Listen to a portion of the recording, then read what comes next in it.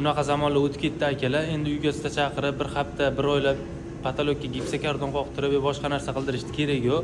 Hozir men sizlarga bitta zo'r narsa ko'rsataman. Agar yoqsa, videoga bitta like bosib qo'yasizlar. Mana ko'rishlaring mumkin akalar, bu однотонный натяжный patolog bo'ladi. Bu tepaga o'sha patologga tortiladi. Har xil rangidan bor, ko'rishlaring mumkin. Buni gulli variantlari ham bor. Mana bunaqa gullilari ham bor. Mana ko'rishlaring mumkin. Tepaga tortib qo'yganmiz. Qanaqa turishini o'zlaring bitta baho beringlar akalar.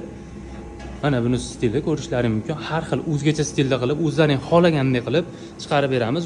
Buni dizayni kompyuterda chiziladi. Bunisi fotobo'y bo'ladi. Bular devorga yopishtiriladigan fotobo'ylarimiz bo'ladi. Ularni ham har xilidan qilib beramiz. O'zlaring xohlagan stilda. Mana bu bosib chiqaradigan apparatimiz bo'ladi akalar. Mana kompyuterda biz bosib chiqaramiz shu gullarini, mana shu kompyuterda bosib chiqarib, bunda chiqaramiz akalar. Buni keyin o'rnatib berish ham juda oson. 1,5 soat ichida o'rnatib beramiz. Unaqa ko'p vaqt ham olmaydi. Agar sizlarga yoqsa, zakaz qildirmoqchi bo'lsalaring, pastda nomer qoldiraman. Shunga bog'lanib bemalol zakaz berishlaring mumkin. Endi sizlarga bitta savol akalar. Gipsokardon qildirgan bo'larmidilaring yo mana shunaqa chiroyli natujniy patolog qildirgan bo'larmidilaring? Kommentariyada o'zingizning fikrlaringizni yozib qoldiringlar.